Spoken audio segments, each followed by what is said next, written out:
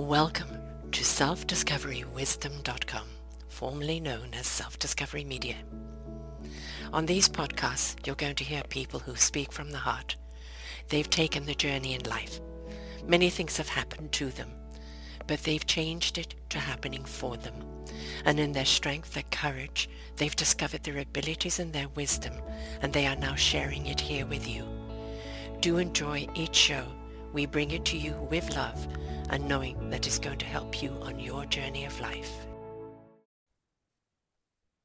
Good morning, good afternoon, and good evening, everybody. Welcome back to another edition of Mental Health Awareness right here on selfdiscoverywisdom.com.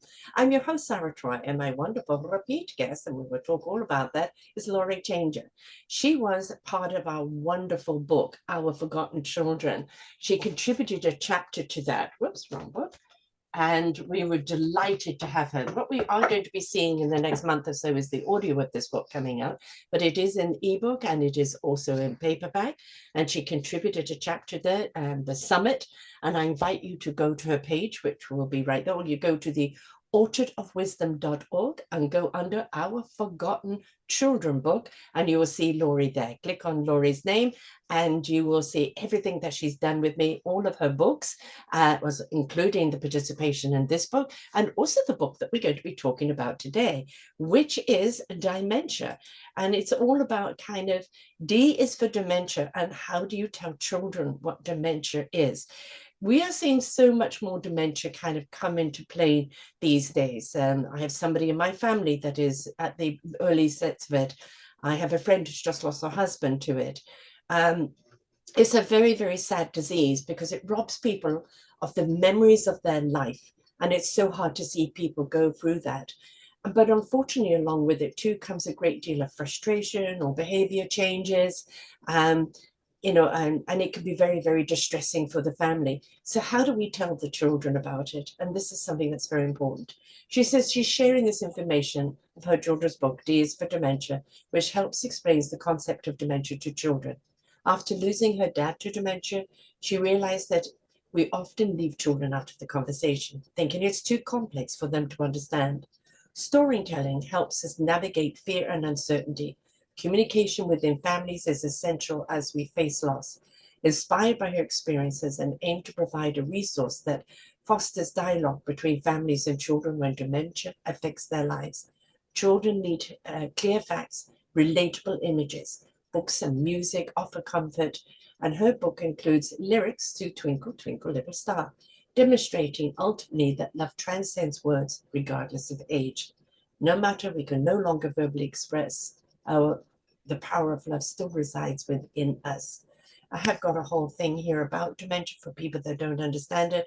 It's memory loss, particularly of recent events, difficulty with problem solving or planning, confusion about time, place, or people, communication challenges such as finding the right words, changes in mood, behavior, and personality. And, we're seeing so much of it today.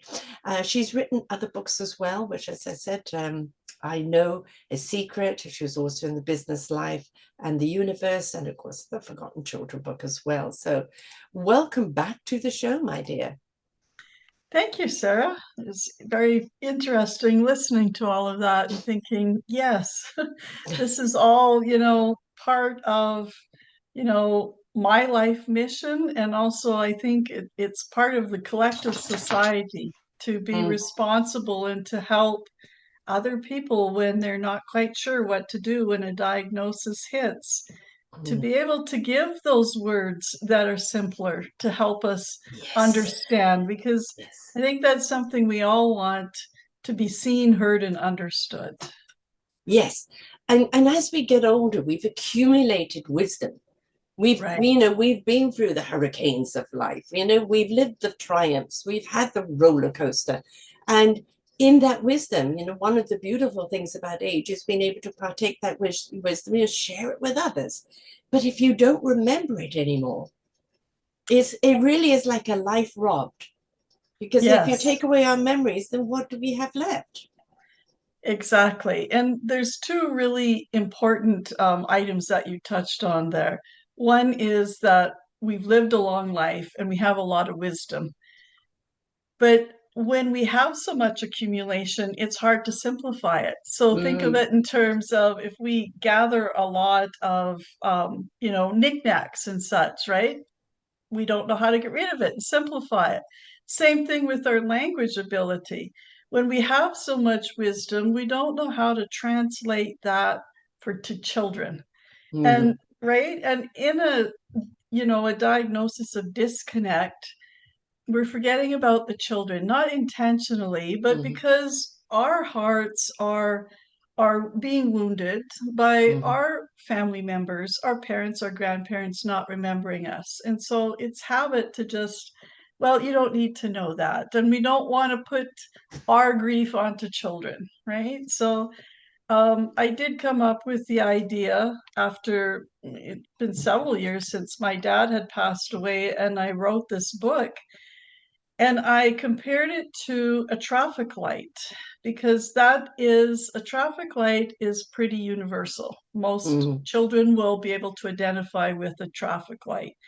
And I use the terminology to be as simple as your signals get crossed.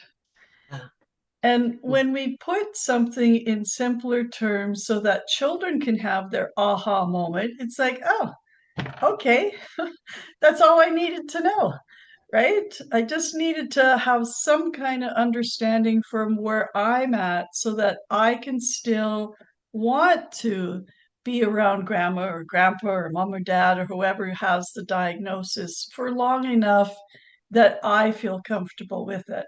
And that's what we have to remember. If we're uncomfortable, don't take away the comfortableness that a child might have because mm. they don't have our wisdom and our thoughts that we've been conditioned to thinking, if that makes sense. Yeah, but they're also very direct. Like I have a nearly 4-year-old grandson, and he'll be very direct. Right? Like you're pointing out, you're old, Grandma. You're old. And I thank you. and he will point out, no, you've forgotten. And right. Right? And so they're very kind of in present of what's in front of them, and they will speak it out. There Yeah. isn't about, oh no, that's too sensitive a subject. Don't talk about that. They Yes. don't understand what you're talking about. They see something, they say something. And Right. but if we can give them some understanding of what they're seeing, we don't want them to say, oh, it's so great, okay, Grandma, I know you've got dementia. We don't really want them to say that. So we need to have that Right. conversation. But to understand that Grandma or Grandpa doesn't remember anymore, and maybe you can gently remember them, right? Oh, Yes. Grandma, do you remember this? Do you remember that? And kind of jog the memory.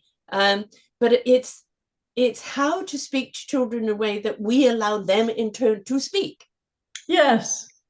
Yes, exactly. Very well put. And, we can use driving as a teachable experience. Like, look, there's a traffic light.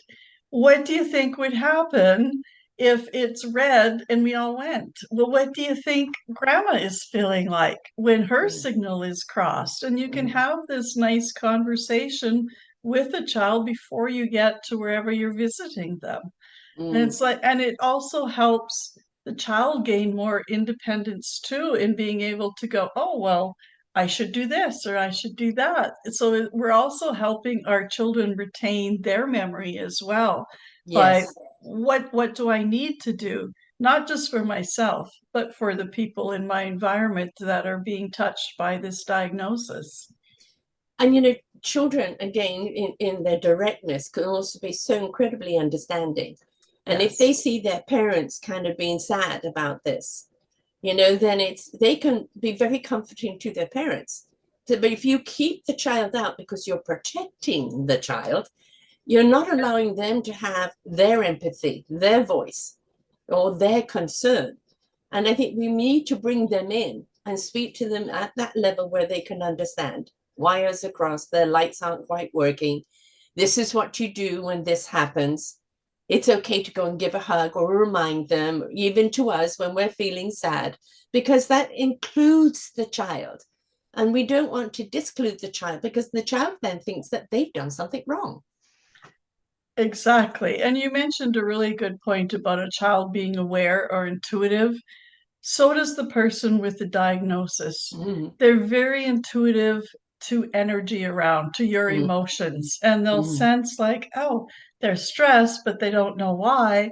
And so if the parent is feeling more relaxed because they've been able to offer some kind of an explanation to the child, I, with the person with the diagnosis, am going to be more relaxed Yeah. and more Yeah. willing to be able to do whatever direction that I'm given in order for me to go through with my daily living skills, for example. So we're intuitiveness and energy. We're all energy beings, whether Yes. we buy into that or not. It's there and it's real.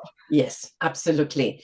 You know, we may call it the atmosphere of the place. You know, that is the energy. You know, it's you walk into a place and it doesn't feel right. Well, the energy is wrong there. So whatever you wish to call it, it is a fact.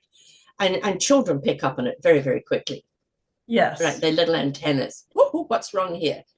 Yeah. And you know, and then they can feel unsafe, or they can feel that somebody's mad at them. You know, they take it on because they want to know. And so the more we can empower them, of whatever age they're at, speak to them at their level, the more we're allowing them to actually have a voice through their entire lives. Exactly. Yes. And that is also why I included lyrics, lyrics to the song Twinkle, Twinkle, Little Star, because as most of us know, the only portion of the brain that's not affected through dementia or Alzheimer's is the portion that understands music. Mm-hmm. Yes. Right. And Yes. so, you can have your child record this and they can sing it.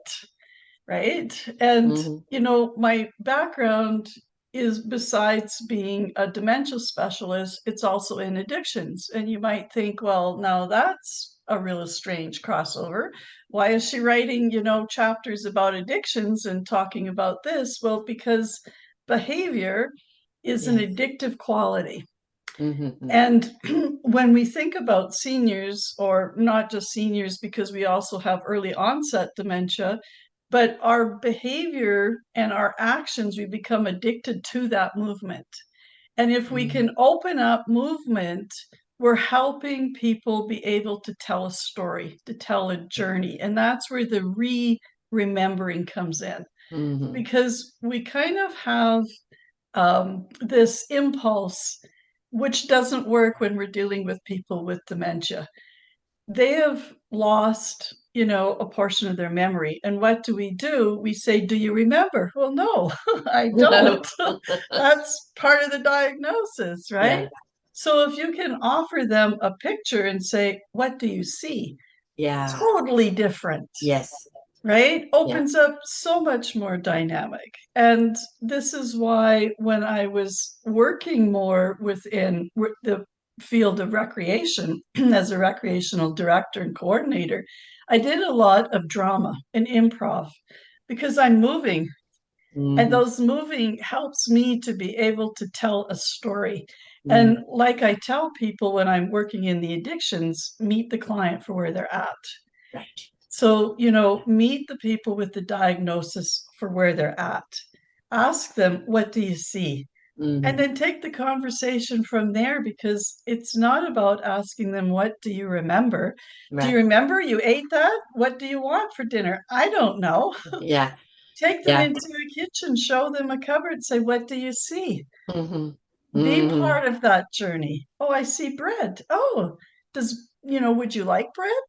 Should we open up this package? Because Mm-hmm. their own story is going to come back to you. Right.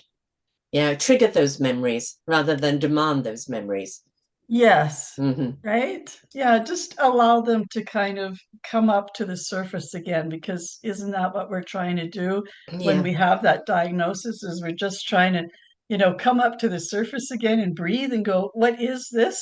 I don't know Mm-hmm. what it is. I'm going to go back down underwater, so to speak, Yeah. right? We're Yeah. kind of like that buoy floating around. Mm-hmm. Yes, because Yeah. it also becomes a place where they very often do not feel safe. Yes. Right. So, you know, safety is a big thing. Many years ago, I interviewed a wonderful dementia nurse out of England called Anne Bird. And Mhm. she'd been a dementia nurse in the hospital for a long time. And then she went and became a consultant, preparing families and people who were early stages of dementia or Alzheimer's, to prepare if they needed to go to a home, if they wanted to do their will, if they wanted things they needed to say, to do this before it got to the stage of the memory loss, or got to the stage where the family then had to choose for them to go into a home because they couldn't cope anymore, and then feel guilty. Right. Yes. So if you can catch people at the early stage and they will recognize it. Now, that's one of the biggest problems. Will they recognize they have this? Because no, that's not me. That's not me. Right. But if you Right. can get them to recognize it and go, you know, while we're still here in this cognitive stage, I want you to make your choices of what you want. Right. Yes. I want you to make the choices while you still can. And that is not only better for the family because there's less guilt, right? Mm-hmm. You've chosen where you're going to go. You've written your will. You've done this. You've done that. You've expressed what you want before the memory is completely lost. And Yes. it's somewhere must be in the back of psyche a peace of mind that you've done that, even though you may not remember it. But Right. it's certainly for the family a relief where they don't feel guilt, or they don't feel frustrated, or they don't feel something because they feel powerless. It has been that person's choice while they were Yes. so cognitive. And I think that's something we do not talk about. And I think that's something that needs to be recognized. Nobody wants to talk to somebody who may have dementia. Oh, no, no, no, no. And they're going to go and know about it because they feel embarrassed doing it, or feel they're imposing, or they feel whatever. But if we don't, then you're facing something else down the road that could be far worse. Exactly. And you know what you're talking about too is part of the addiction process. It's a family diagnosis. Any diagnosis that we have, whether it's the flu or cold, or you know, when Mm-hmm. we're getting into the realms of dementia, it's family. It affects the Yeah. family, Yeah. right? And so we have denial, Yeah. right? It's like I don't want to Why talk is it about it. me? It's not me. Yeah, but the family also is in denial. Yeah. I don't want to be talking about, oh no, it's just everybody forgets, Yeah. you know, because it's a whole new journey that I have to look into about myself and what maybe I haven't been able to say, or how I behaved as a child with my Mm-hmm. parents. And I haven't been able to give myself my own forgiveness. Mm-hmm. Right. And Mm. so I'm not ready to let go of somebody else, because that person has my stories too. Yes. And now I'm left alone with my own stories to try to make sense of. Yeah. And I have to take ownership of that. I mean, that's part of our life's journey, is taking ownership, right? That Yes. self-discovery of who we are, where is our wisdom, what is our calling. And it's that finger pointing, them, the three coming back at us and where's our accountability, responsibility, our action. And that no matter what's being done to you, change it to being done for you, and what have you become because of the journey of recovery from that. So it doesn't matter how far down the rabbit hole you've got, it's how have you come back out, and who are Right. you now, and that's where the strength, the courage, and the journey of life really is. But you have some people that get so far down the rabbit hole, they don't want to come back out. Exactly. Yeah. Yeah. And, you know, for both sides of the equation, whether it's, you know, the adult children, the younger children, or the person with the diagnosis, I don't understand life. It's too confusing. Mm-hmm. I'll just stay Yeah. in my memories of being 13, or wherever my memories take me. Right. Right. And Yeah. then I want you to be in my memory. Like I want you to be here in Yeah. the present. Yes. Right. And yeah, it's a sad diagnosis. And yet now a lot of people might not be, you know, in the mindset to grasp this, depending on what's going on, but it's also a beautiful diagnosis, depending on if you have the tools to be able to say, I get to enter into someone else's new wonderful way of seeing the world. Mm. And if I can Mm. look at it that way, then I'm privileged to be able to go through that journey with somebody with that diagnosis. And I get to Yes. go, well, isn't that fascinating? And so maybe that's what we need to be looking Yeah. at, instead of asking the questions of, do you remember that? Isn't this interesting that I get to see my life through somebody else's eyes in this time? Yeah. Right. And yeah, I mean, it's a different journey they're taking, a different path. So yes, they're exploring this path. So explore it with them. Right? It's opening up Yeah. a different channel within them. You know, it's sad that they've lost their memories of now, or that they're trapped in there somewhere, because they don't really lose them. They just don't have access to them. Right. Yes. But now they're taking a different path. You know, like a little Alice in Wonderland. Will go with them. Go with Right. them. And what will you learn? Because it's still them. They're just presenting in a different way. Yeah. And you now get the privilege to be alive in their time period when they were 13. Yes. And it's going to be more real than if they were, in their current state saying, yeah, when I was, 13, this is what happened. You Yes. actually get to live it. It's like watching a TV show. It's like I'm right there. I'm immersed in it, which I understand. It takes a lot of different reframing to get to that point. But I think that we need to hear everything in a different way, right? Because people will resonate to wherever they're at. So when you're able to resonate to, this is a privilege.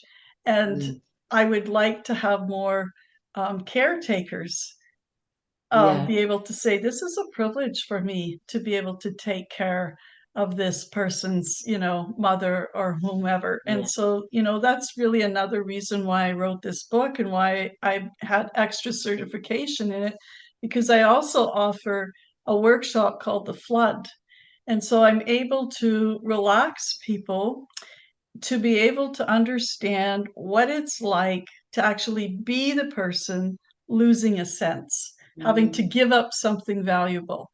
And it's a really hard challenge to actually like have people take this program. And once they do, they go, wow, this is incredible. Yeah. And, their whole mind shifts, Yes. because if I just present it to a long-term care facility, for example, and say, I'm going to help your staff know what it's like. Oh, they know what it's like.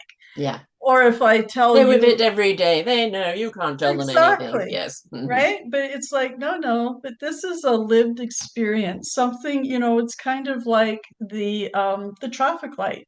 You get to see it and observe it. And now you can fully understand. Oh.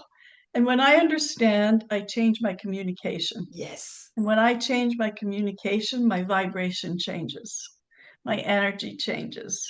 And sometimes that's all we need in order to get through the day. We don't always need more medication. We don't always need a timeout. We need the vibrational change. Exactly.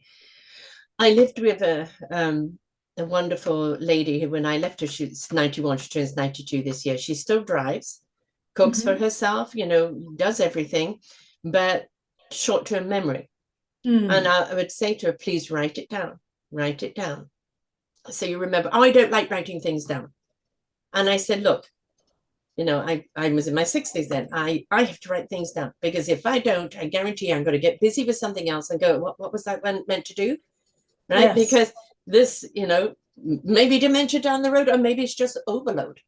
Right? We're very, very good at overloading ourselves and taking on too many tasks and trying to remember them all. If we don't write them down, we're going to forget them. It's logical, right? Because it's there as a memory booster. What have I got to do? Oh, da-da. But she refuses to write things down. And then it's now that I've moved away from her, call me. Are you coming? Are you coming this weekend? No, remember, if you go to your calendar, have a look. When does it say I'm coming? Oh, I thought you were coming now. I said, no, I can't come now. Remember that I look after the children on these days, so I can't come now. And it's that memory loss is there. She's got other people in there that are very sweet, which I'm very happy for. But it's sad to see that. But for her, she had polio when she was young, and went through hundreds of operations and all of that, and lost her twin sister at the age of 6. 5 and 6, just one died and she was straight to hospital with polio. And it's for her, it's always been about fighting to come back. No, I can fight this. And I said, I'm writing things down. Could be your assistant. right? Right. They can be your assistant, but she will not do it. And I don't know if that's dementia thing in there or it's just pure stubbornity on her side, because you are going to get that. You are going to get some people, I won't do it. I won't do it. They won't help themselves. And it's like, what do you do when you get to that stage? Well, it could be for some people why they have resistance to writing is because I don't know what I'm writing. Right. Right. Yeah. And so sometimes what works, not for everybody, but sometimes what works is, what's this? Mm-hmm. Oh, that's a pen. Oh, what do you do with it? Oh, I wonder, what would your name look like? What would a Well, date look like? yeah. That's when And they're really entrenched in it, though. But when they're on the way there, where they know jolly well what it is, and they can use it, but they refuse to. well, some of that refusal, though, is I'm going to look, I'm already aware that something is not right. Mm-hmm. And if I actually own that on paper, what are you going to think? And so I'm not even going to go there. I'm not going to write it because I'm thinking, like, well, if I can't talk clearly and I'm jumbled, how am I going to write it down? Mm-hmm. And so we're already kind of ahead of ourselves in our own step because it's that awareness and perception and that vibration piece. We feel and we sense something is off. And it's related to this, what you're asking Yeah. me to do. Yeah. So I'm not going to do it. I'm going to, as we say, save face. Yes. Yes. And I think also the fear for some people, and especially with her, is that, well, if you think I've got this, then you're going to put me in a home, Yes. right? You're going to send me away.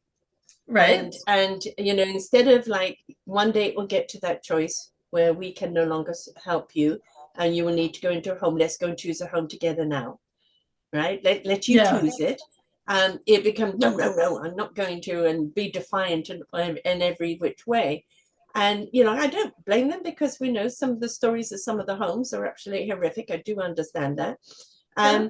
And they feel they're losing their independence, right? Yes. And all of that. So it's a fine line, It that sure line of is. getting them to understand this will be one day, let it be your choice. Let's go make that choice together.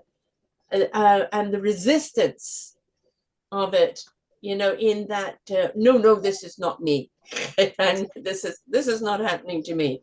And that, I think, is probably where it's probably the worst for a family, Mm-hmm. is because they know what needs to be done, but they're fighting someone who refuses to accept what needs to Yes. be done. And then we have to change the dialogue, don't we? We have to change the presentation Yes. in a way that they will accept, and do it with love, because they feel, well, you just want to throw me away.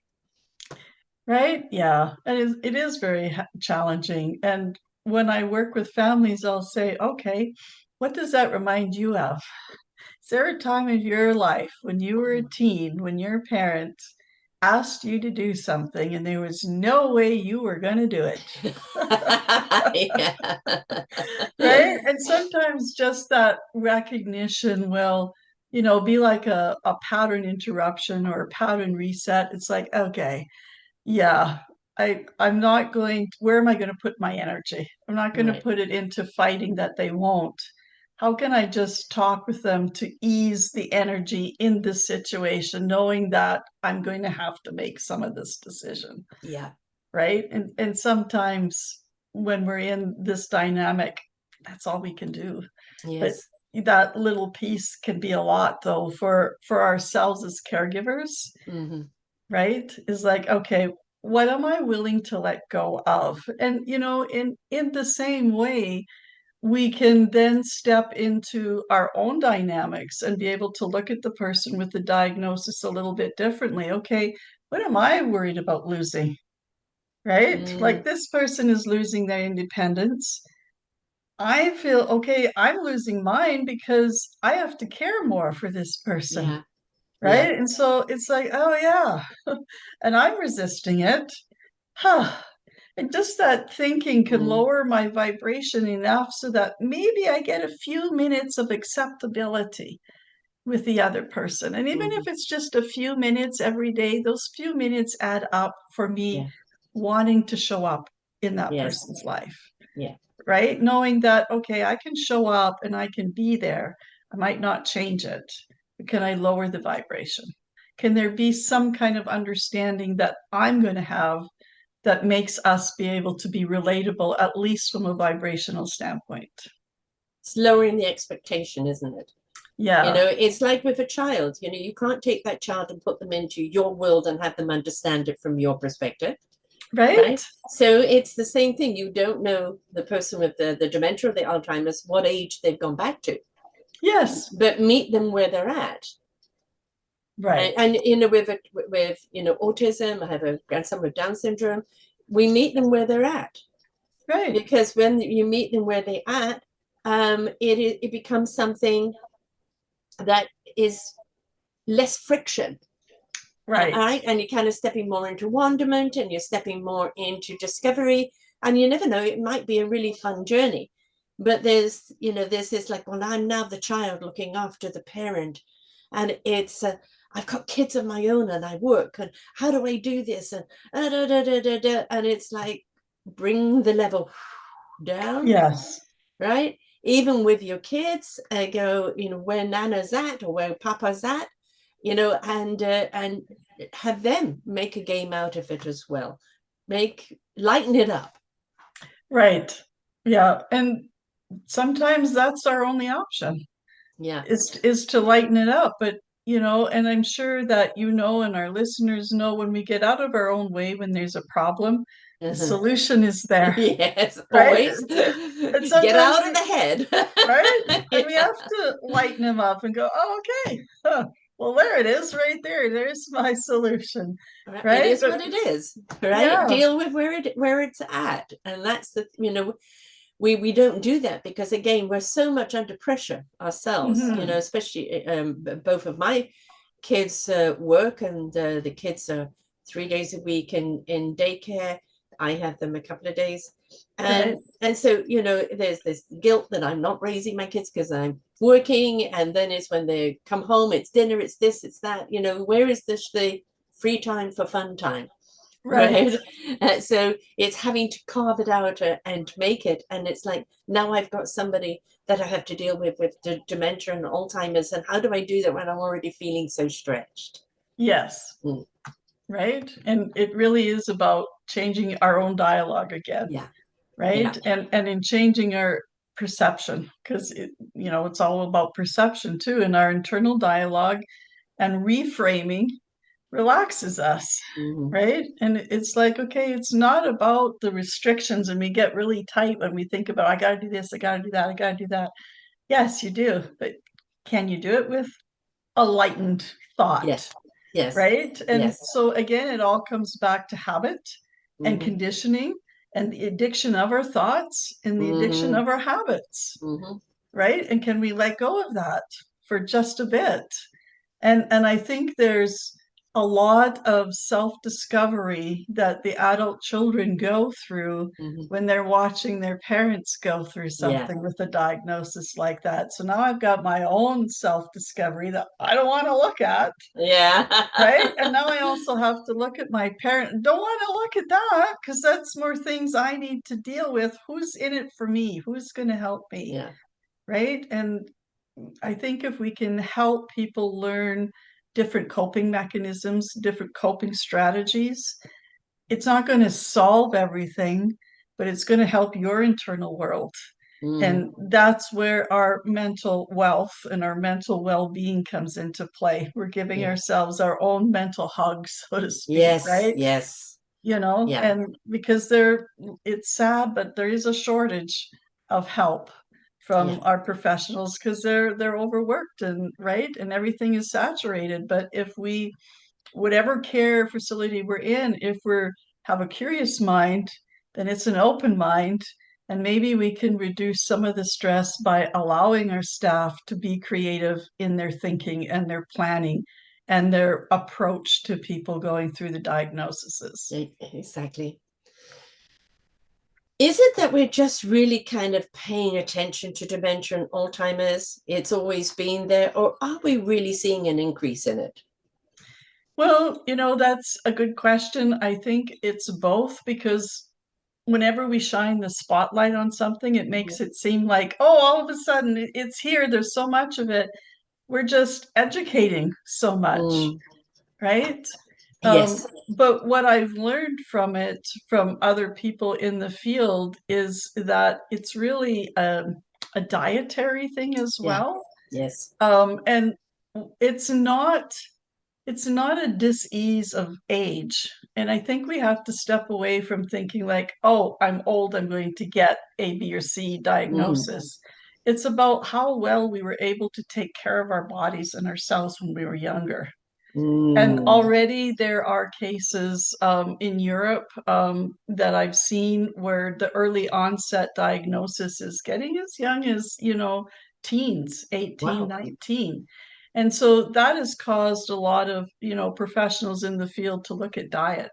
Mhm. And when we look at people in the year range, 70s, 80s, where we're seeing or labeling it more as a dementia, what was their diet like if you trace it back 40 years ago, right? Mm. Everything processed, the white flour, yes, there was, Sugars. right? Yes. Yeah. And Aluminium in yes, the deodorant, and yeah. Yes. exactly, right? And Yeah. sure, there was more vegetables and fresh fruit, but it was still about baking and the flour and the wheat and stuff. So we have to Or kind the pesticides also on the vegetables. Yeah, Yeah. and Yeah. so that's increasing. Plus, there's so many chemicals right now Yeah. out there in the field. And I'm not pointing any fingers or anything, but we have to look at all the variables to be able to understand, the answer to your question. Is it that there's more, or are we shining the light on it more? It makes it feel that way, Yeah. right? Yes. And when you look at things, how much preservatives are in foods, right? Yes, Okay, it's preserving the food, but what's it doing to your own body? Because it may not be preserving a memory, it could be right? preserving. We see cancer on the rise, and we see cancer hitting children so much more than it ever used Hmm. to. We're seeing inflammation, things like fibromyalgia and many other of inflammation type things happening. We're seeing more anxiety and more depression. And I think Yes. that is a societal thing, a lot to do with social media and demands of life. But I also think, yes, very much to do with diet, because our body is so busy trying to process or eliminate what it does not want from the body. It can't kind of work where it needs to work to maintain, our well-being, because we're overworking it.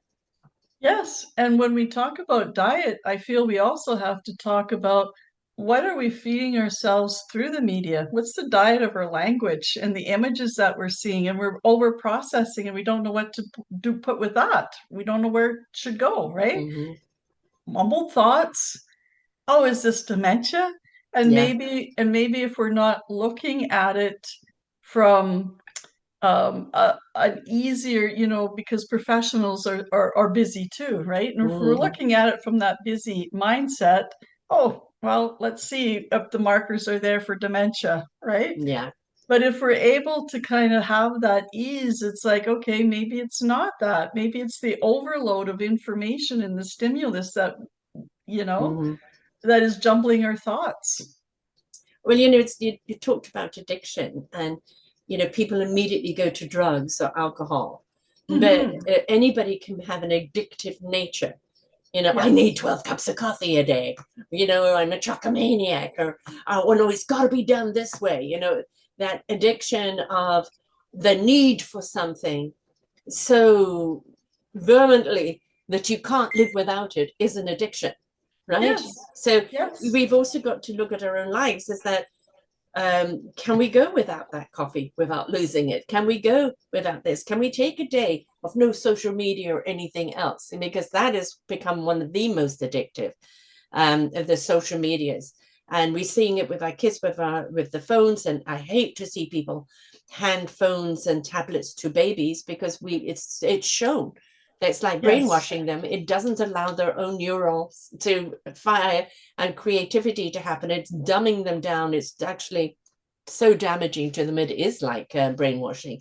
It's so detrimental to them when we look at all of these things, but it's very easy to become addictive to it. And Oh, it's that cannot be good for our minds to constantly be at a stress level of addiction. I gotta have. Surely the mind at some point just says enough. well, the mind should be saying that, but we're also addicted to our emotions, right? And Yes. so sometimes the object is, oh, it's the emotion, Yeah. right? It's so attached. But when we give our children, when they're a toddler, a phone to play with, the portion of the brain that is the reward center has a Yes. dopamine hit, Yeah. right? And so it's like, okay. And so the brain just wants more of that feeling. And we Mm. forget to go, okay, well, you could get that feeling by, running outside and playing games like we used Yes. to do when we were kids, Right. right? Play in the mud. Make Right? mud pies. Yes. Yeah. All those kinds of things. So, yeah, we think, well, cognitively, the brain should say enough, but the emotions are overriding that. It's Mhm. like, whoa, this feels great. And I'm flooding it all day, Yes. I right? can't find satisfaction in that over there because this is so much more satisfying. It's kind of an equivalent to a sugar high, isn't it? Yes. Yeah, the same thing is happening right now in the DSM-5. There's processing addiction. Mhm. It's in your diagnostic statistical manual, which You're is right. why we have a DSM, right? But Yeah. it's a processing addiction. All our games and tabloids and gaming and those kinds of things, it hits the pleasure center of our brain in the same way. Or it can do the other thing. I will openly admit that with what's going on in America has distressed me so much that especially as an empath, I'm kind of picking up everybody's feelings Uh, of disbelief, frustration, fear, anxiety. And, I just want to do something about it. I want to do something about it. And it's, that just drives that up in me. And I have to be very, very careful. No, no, no, put it down, stop responding yes. and it's that becomes an addiction not out of pleasure but kind of Hmm. more out of pain and anxiety. Right. Yes, and I can empathize with that. I'm an empath as well, and it's like, wow, Mm. okay, I gotta really put those boundaries, those Yes, shields up. Okay, how much of what I'm feeling belongs to the last person I worked with, right, right? exactly. It's like, okay, I gotta give that back, Yeah, right? But dump it down, flush it down. yeah, but there are But that's not always that strategies. easy.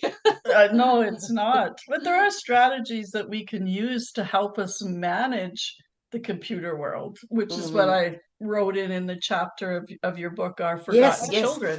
yes, which I have right here. The inside out, how to thrive internally in an external world. Chapter 10 in the book, folks. Please get the book.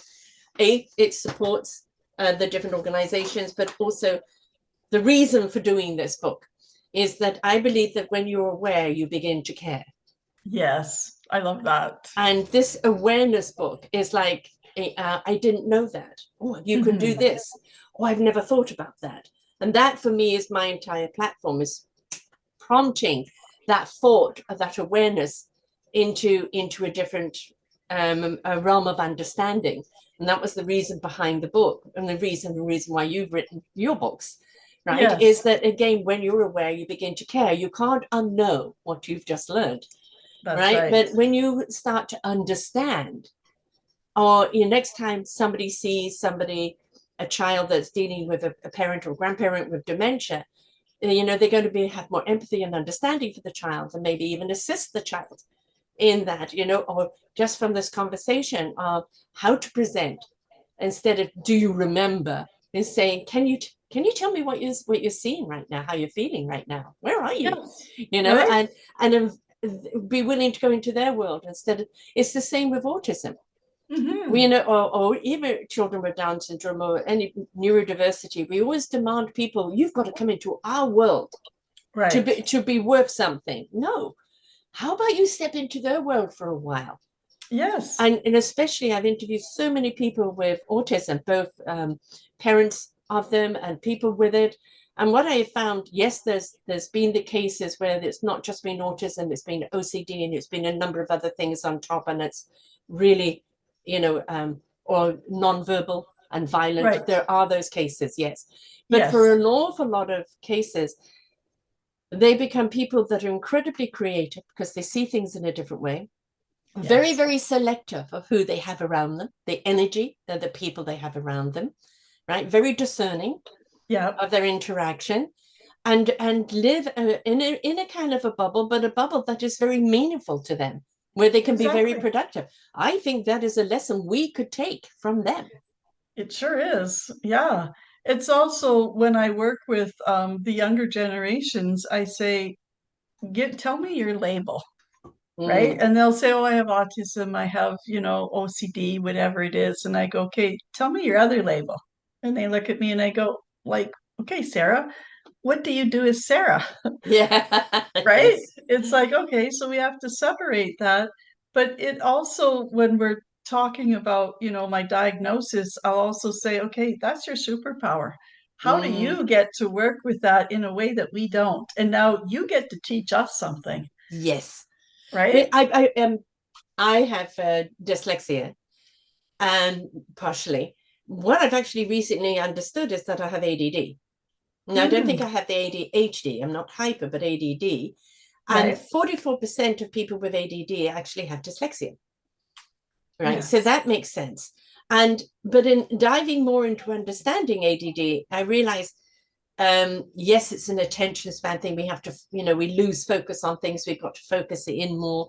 It's hard to fulfill something. We're very last minute people, but when we are in that last minute, all our creativity pours out in that one channel. And it's like, okay, I understand now why I work the way I do. And the why I never fit into the school system, because I couldn't learn the way they were teaching. Right. And that kind of took a lot of pressure off me of understanding that kind of in a lot of ways I was unteachable about that system. And everything that I've learned has been through the experience of life, through the education of life, not through academic education. And knowing what my weaknesses are, instead of punishing myself for it, understanding that I need to delegate somewhere else or ask for help for. Yes. And not feel less for having to ask for help. Very good. Because this is where my strength is, this is where my weakness is. And when we look at us as human beings, every single one of us has strengths and has weaknesses. Why do we always focus in on the weaknesses and you're less than because of that? Right. And we need creativity. And, when we talk about, mental health, problems or challenges being rise in the school, we're taking away the ways for them to be creative. Yes. And creativity leads to solutions. Yes. If I can be creative, I can find my own solutions. There is always an answer to a problem if you set someone free to just explore it. Yeah. Don't tell them how to explore it. Let them explore it in the way they understand, and they will find. Exactly, which is why I like on the way, but yeah, and that's why I like using drama and improv when I'm working with people of many different sectors and populations. It's like it's great.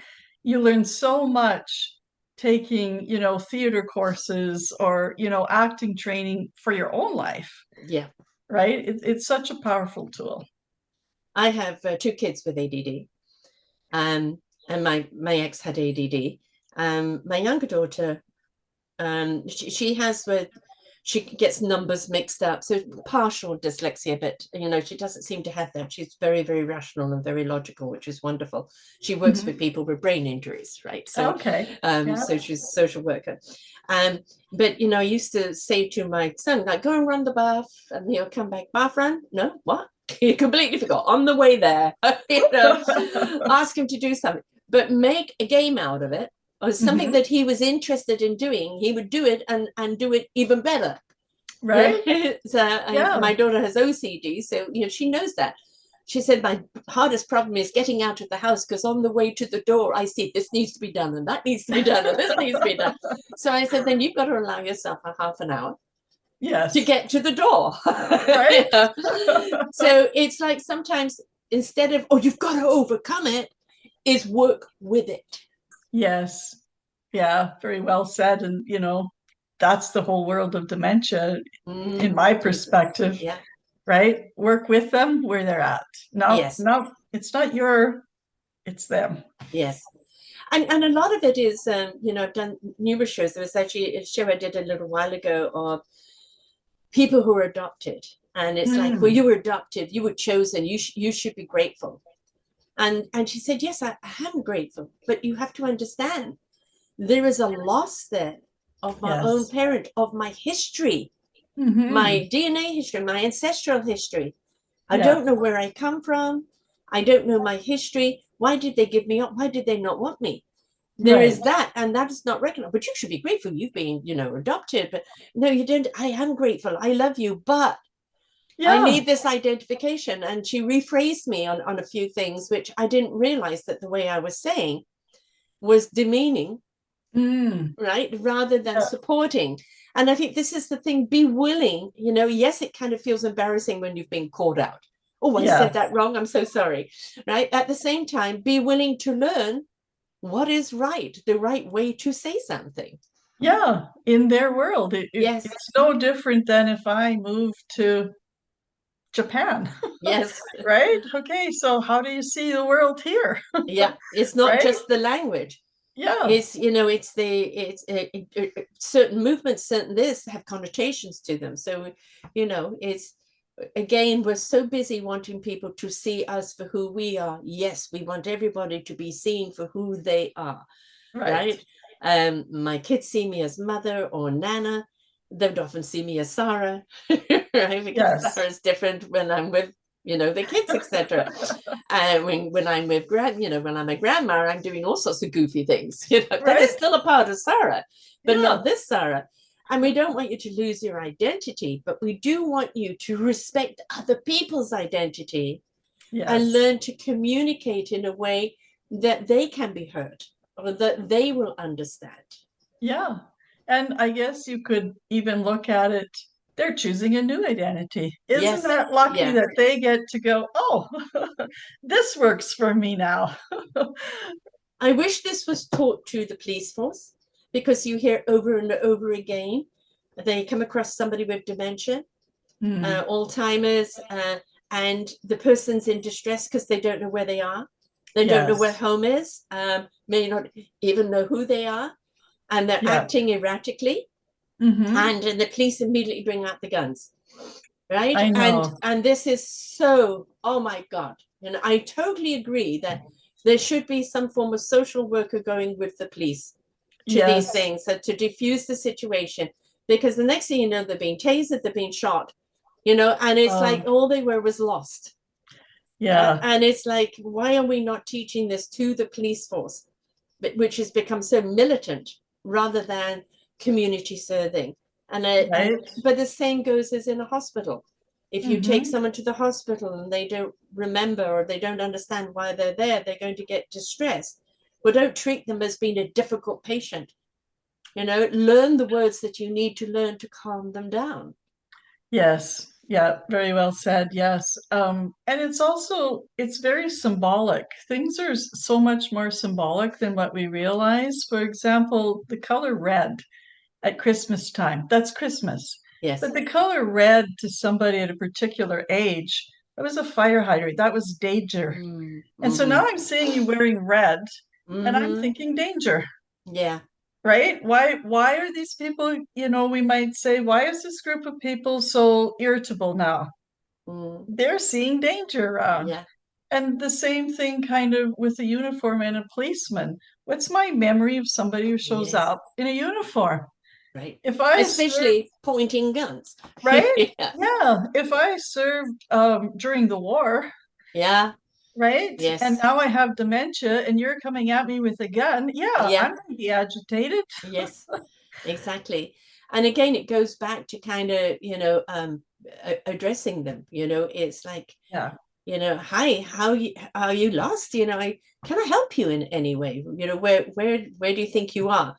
Yeah. And I think also, I think, one of the due diligences is definitely having something on that person permanently with, their name and a phone number in which to contact someone. Yes. Because that is, very often, especially in their distress, they don't know who they are. They don't know where they come Exactly. from. And so that, I think, is something that definitely needs to be done as a caution. But, we're so quick to judge, to damn, to criticize, to belittle, Yeah. inflict fear. Excuse me.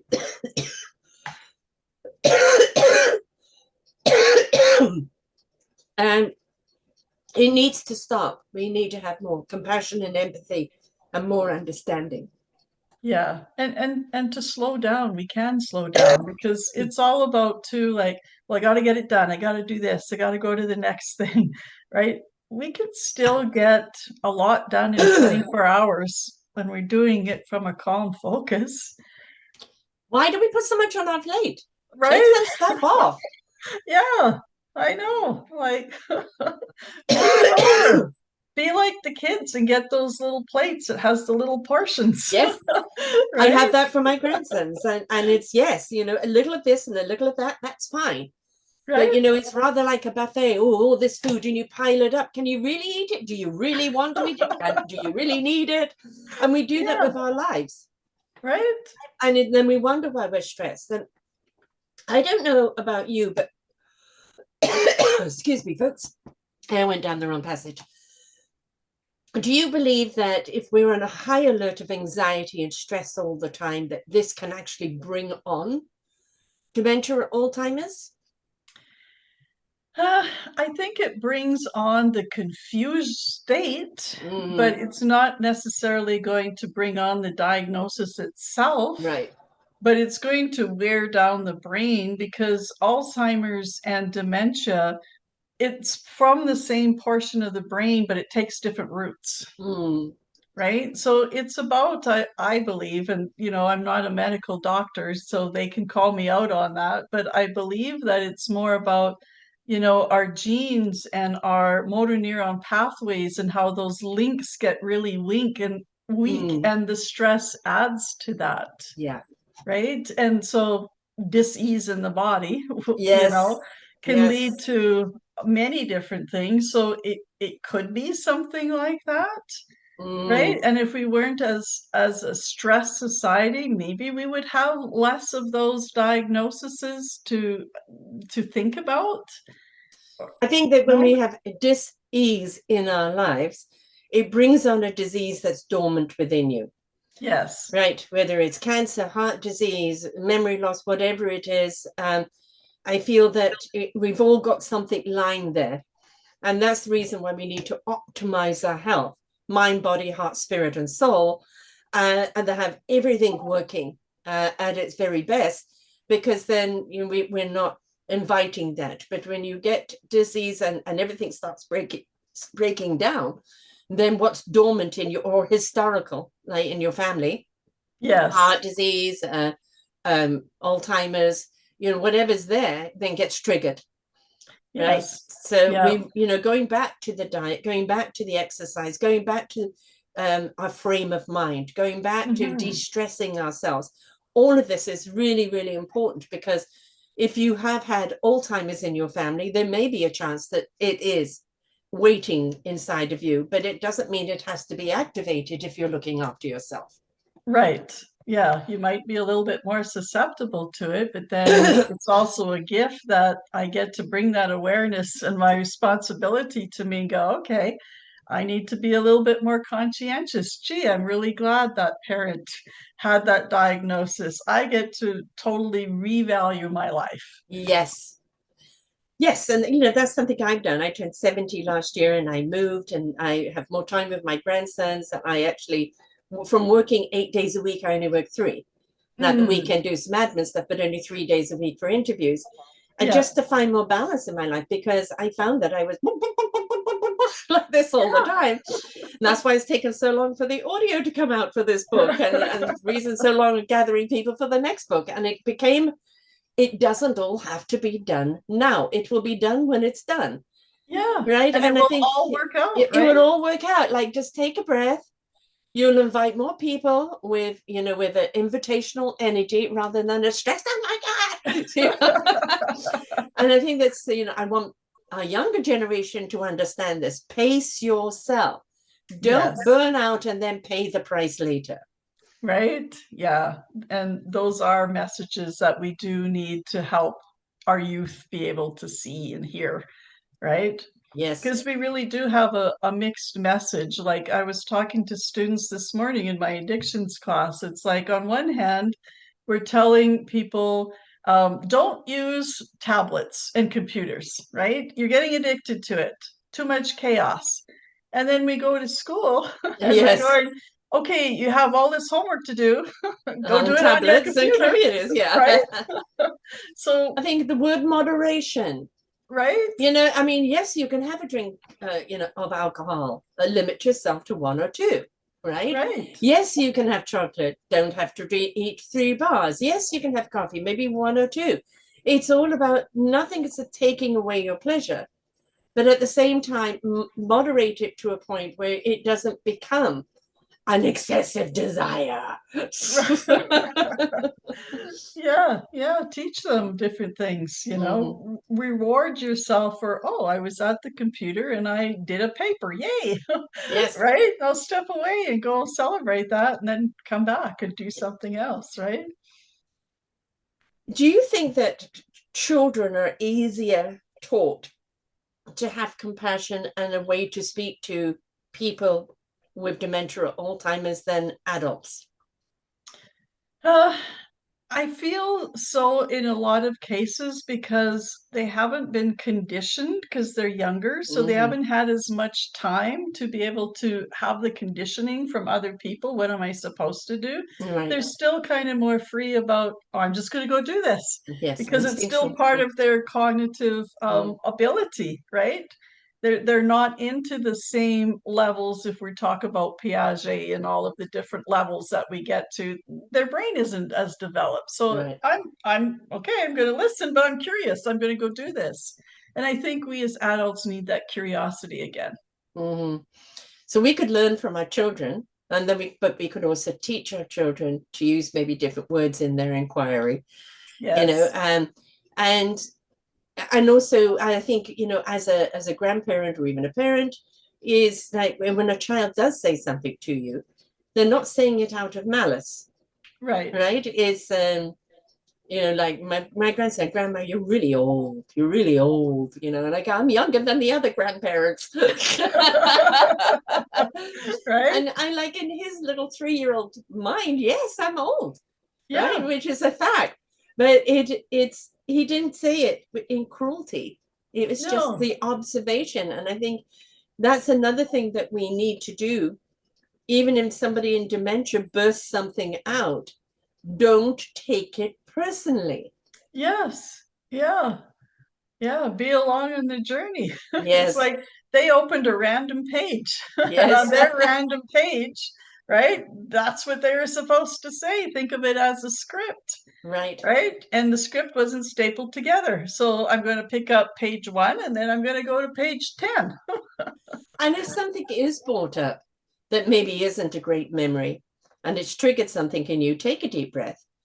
Why has it come up in their mind right now? Maybe this is the opportunity to really resolve Yes. whatever that was, because it's come up not because they thought about it, it's that the thought decided to come up. And Right. maybe this is the invitation to have a talk about it, where that's at that time, so that you can change the script. Yes. Yeah. And maybe that memory just needed to breathe for a few minutes in order to relax, Yeah. Yeah. right? Just let it have its time, right? Go and talk about it, like you say, for where you're at. And then you might never have that memory again. There is the thing that when somebody has dementia or Alzheimer's, where they may be independent, they may be driving, and you know that they've become a risk. Yet they still insist in getting behind the wheel of the car or cooking or doing something. How many times have they left the stove on, right? Or they this left on and that left on, and of course, things happen. I Yeah. think that's where it becomes difficult. Of you can't tell them you left the stove on because they don't remember doing it. Or No. you can't drive anymore. What do you mean I can't drive anymore? You know, Yeah. it's those are difficult things. And I think this is where when you have somebody with dementia or Alzheimer's, seek out groups that can help you to understand Yes. what's happening, right? Understand what's happening, understand your part in it, understand where you have the power and where you don't, Right. and how to use the language with people, because that will determine their deterioration or how harmoniously you're going to get them to change, or take them in a different direction. But we've got to know, so we Yeah. can be of help. Exactly. Yeah. Just step into their world and go, okay, what am I willing to let go of in my own thought process? And how difficult and challenging is it for me to let go of a belief system? Yeah. Yes. Right? That's the big Yeah. one, the belief system. Yeah. Yeah. Yeah. The hardest thing to change are your beliefs, right? So if with dementia on the rise, I mean, Alzheimer's is very much hereditary, right? It's kind of in the DNA genes, but dementia is something that one can combat to a great, looking at the diet, looking at the lifestyle, looking at nutritionals, etc. You can minimize and maybe even stop the onslaught of it or delay it. But Alzheimer's seems to be something that, it's in the DNA and it's going to come up inevitably. Yeah, I don't know enough around, the medical aspects of it to speak about it medically. But I've seen so much significance in quality of life Mm, when people are allowed to have their own home and home care comes in. yeah. Because I think also of Parkinson's, which also falls under the umbrella of dementia and Alzheimer's. And there's so much more success when I'm in a place that's familiar. Mm-hmm. And I feel also a lot of the struggle and the anxiety that comes out when we have people in a long-term care facility is that all of the objects of familiarity are removed, the things that Mm, make my life normal. And so yes. this is why I really love dementia villages. That is Yes. really big in the States. And now they have one, or sorry, in the UK, but they also have one in BC now. And it's like, put those objects back, like Mm-hmm. the mailbox, like a flower Mm, garden, yeah. right? Like, because those help me talk, Yes. right? Yes. That's what's familiar to me, proximity. Mm-hmm. And when I don't have proximity to these items, I feel isolated Yeah. because that object that There's I've nothing to known, refer to, right? right? Yes, I'm Yeah, like I'm on a different planet. There's nothing here that is of memory to me. there's no frame of reference. And Right. so I'm agitated.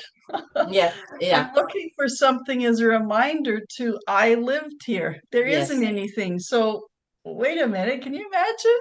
If Yeah. you step in, if you allow yourself to step into that, what that would be like if it's Yeah. like, okay, your books are gone, right? It feels Anything too that, institutionalized. yeah, Yeah. it's like, Mm. I'm looking for something that tells me who I am and nothing is there. There's nothing in here, and you keep asking me questions that I have no answer to. And of course, it wasn't really that long ago that people with dementia or Alzheimer's were institutionalized Yes, and kind of treated as if they had a madness. right. And which is so sad. Yes, it's a mental condition, but suddenly they're white coats, white rooms, locked up, this, that, etc. And it like it feel more threatened than they ever could. Right. So yes, I mean I'm glad that thoughts are being changed on that, but still there's a long way to go. There isn't Yeah. enough conversation about it. I do believe that even if Alzheimer's or dementia is kind of systemic in your family, that with good health, good mental health, um, so many people talk about plaque in the brain, Right. and like there's so much stuff that we've done to ourselves unknowingly because we Yeah. trusted the food, or we trusted this, we trusted that. Now we Yeah. know the damage that it's done. Well, how do we undo it? I have another channel called Your Health is Your Choice. Ah, And that channel is, when we have a diagnosis, what are you going to do about it? Don't just hand yourselves over to the doctors who may be limited in what they understand of it. Do your own research. Look for other yes. ways. Because if you find, you know what, I'm finding my memory isn't as it used to be. There's little things I'm forgetting. And am I under pressure, or is this the beginning of something? What can I do to combat it now? Why I have the power and the choice to do so. Yeah, Take exactly. onus of your own health. What are some solutions? And Yes. again, it's that addictive pattern when we recognize something is not at our baseline. It's, Yeah. it's not working right. What do? We say the same thing over and over. This isn't right. I wonder why it's not right. This isn't right. I Yes. wonder why it's not right. And more fear, more anxiety. It's like, okay, who do I know that might be able to help me? What could I do to make it right in this moment? Yes. Right? Yes. Yes. And that is the thing, is what can I do in this Yes. moment? And that's the important thing, is that there are so many different mediums. There's so many different things that we can do for ourselves. If we could step outside of the little box of what's being presented to us. Yes. Before Western medicine came along, there was other types of medicine that sustained us for eons. And Right. yes, Western medicine most certainly has its place. It's a great fixer, but it's not a great preventer Hmm. or a supporter. Very good at putting things back together, but we want that preventative medicine that stops things from falling apart. Yeah. And so there's plenty of it out there. Many, many people I've interviewed that are offer that.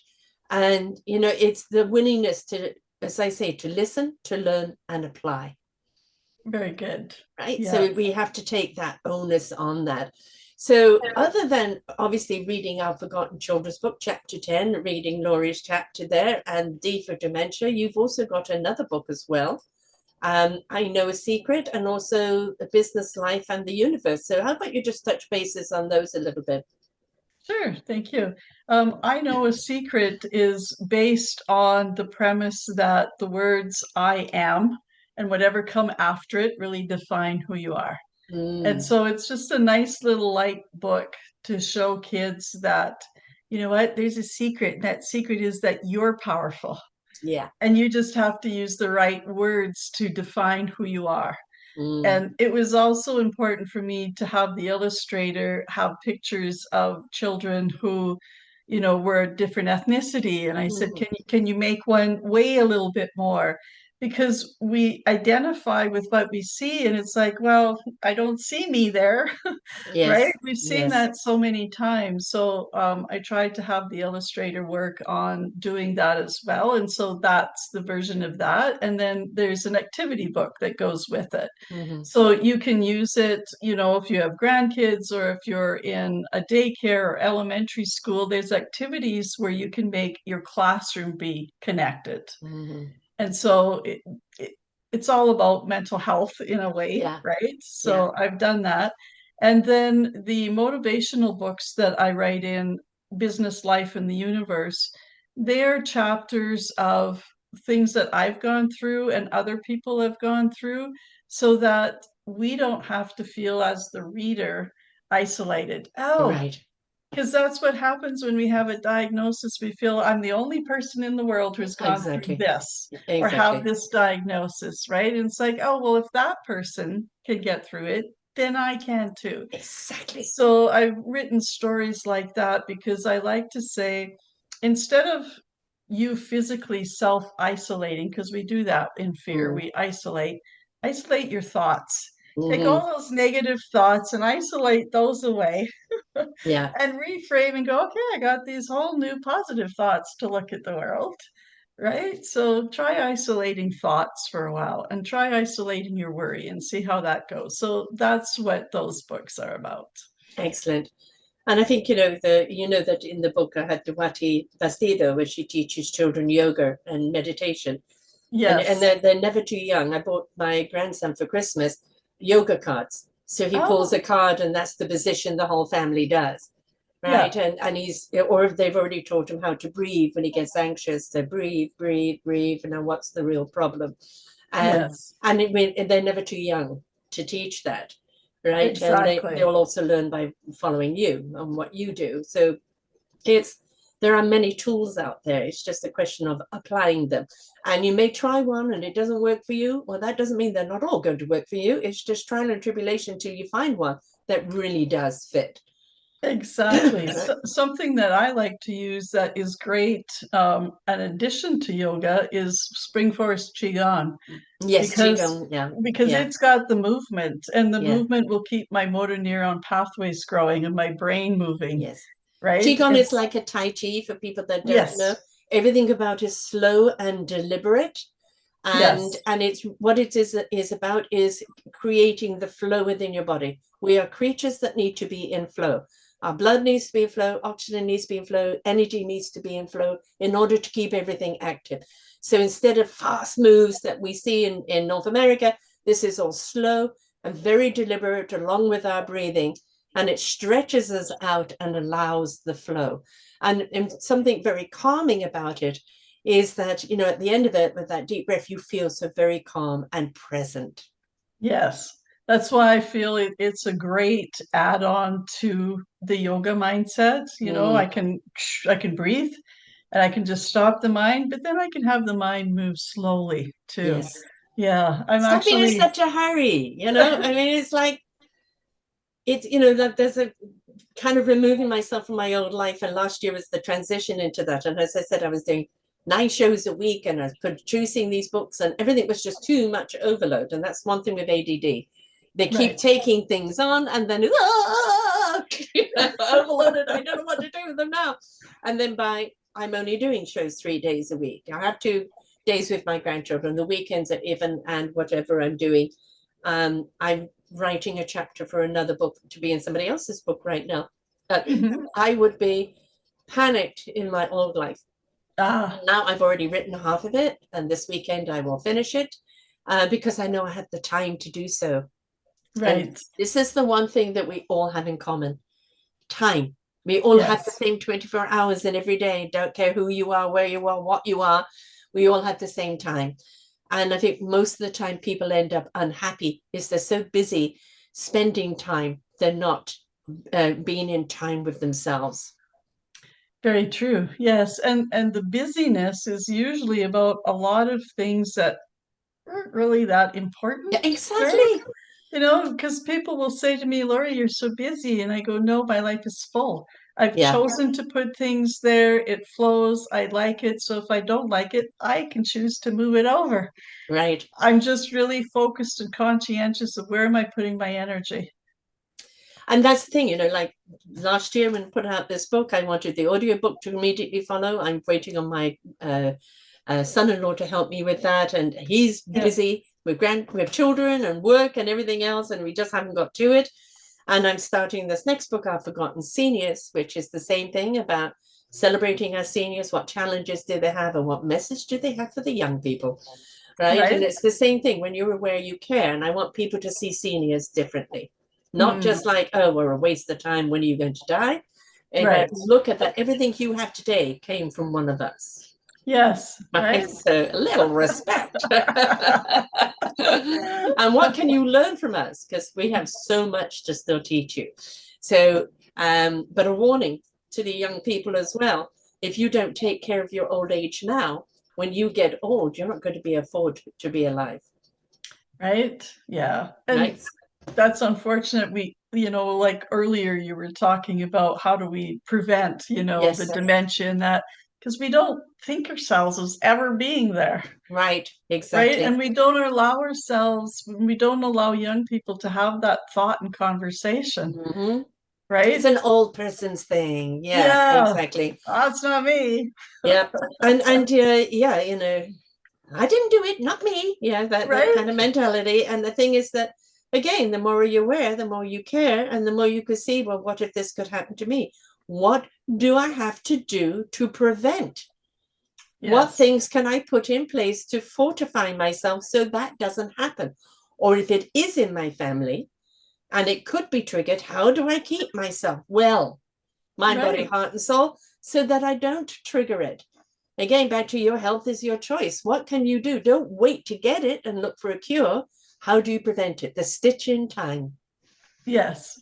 Yeah. Remove the fear, Yes. which big challenge too at times, Yes. right? And sometimes it's okay to be afraid, Sure. right? Sometimes it's It okay can to be move there. us. Yeah, Fear could be exactly. the thing that makes us change. You go, okay, I gotta do something now. That the whole thing is that we're too scared to stay where we are. So what are we going to do to move? Right? What are Right? we going to move on? Right? That's the important thing. So all of these books, of course, can be found on Amazon. They just need to put in your name. Yes. And it's Lori, Lori, and Chenger, Chenger, and all of the books will come up. And I recommend you get all of them because all of them will teach you so much. And I encourage people to have book clubs, but also encourage people to have podcast clubs where they have podcasts where they will listen to it, take notes, and then share afterwards. Because when you've listened to a podcast, you've listened to it from your perspective. Now you share all those perspectives, and boy, you've got a feast now, right? So Right. do that, folks, and you'll find it be very interesting. But how do people get hold of you? And how do they reach you if they want to have a chat? Sure. Well, my website is Echo of Yes. So you can just put in Echo of Yes and my name and I'll show up. And then my email is Lori@echoofyes.com. So those are some simple ways to reach out to me. Just going to spell it for people who have dyslexia. ECH00FYES.com or Lori at ECH00FYES.com. And you're also on LinkedIn under your name, Lori Chenger, where people can reach out to you there. But, I think that the dementia book is very important to have in the family because it's something that it may not happen to your family, but somebody that's going through this. And I think it's a good thing to talk to your children about because they are going to come across it. And the more you empower them in their understanding, the less fear and the more compassion, and the more they're going to be able to deal with it. Right? Yeah. And it might not be in their family, it might be in someone else's family if they're going to a sleepover or whatever, Yes. right? And so it just makes them more aware and caring. Also on my website, if you go to my website, there's a free PDF that you can download, and it has a tool on it to help you kind of relax a little bit more. We all need that, folks. We need to chill. We need to chill. Take a deep breath and relax. There's so much clarity in that state of relaxation. Yes. Right? You only understand, is this important? No. Is this important? Yes, that's where I'm going to put my energy. But when you're up here, everything's important and you've got to do everything. Relax. Yes. And then you'll see what the priority is. All right. Very good. Don't overspend yourself because I promise you, it will backfire on you later. Yes. Yeah. Wonderful having you back here again. I invite people again, not only to read the book, but to go and listen to the other shows that we did. We did a show on your chapter contribution. We also did a show on your work earlier as well. And of course, we have the summit up there where we talk to all of the authors where they can listen to each one of those. The reason I did this book is because of people like you who are very passionate about, informing people of what it is so that we can behave differently.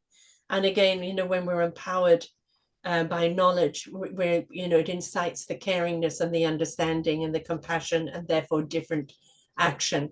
And I think most people are afraid of what they don't know. So let's help you know it so you're not so afraid. Yeah, very good. I love that's a great way to end that. Thank you so much for being here, love. It's been great having you. And to everyone out there, again, the more you know, and do not underestimate your child or your children. They are much smarter than you think, but talk to them on a level like with this book to help them understand, answer their questions. Even if you say, look, I don't know, how about we explore this together? Right? But do not hide them or treat the person who has dementia as like something to hide from your children or fear. Show them how to be a part of it, and that will help everybody get through it a lot better. So until next time, folks, bye for now. We hope that you enjoyed the show. There are so many more for you here on selfdiscoverywisdom.com. Just go to the podcast tag at the top there and you will see all the many genres and all 3,000 shows ready for your listening. We are here to serve you, to help you on your journey of life, and we know that through inspiration it begets invitation. We are supported by you, the listeners, and those that we interview. Anything that you can spare us in donation would be greatly accepted, and we do hope that you enjoy the next show.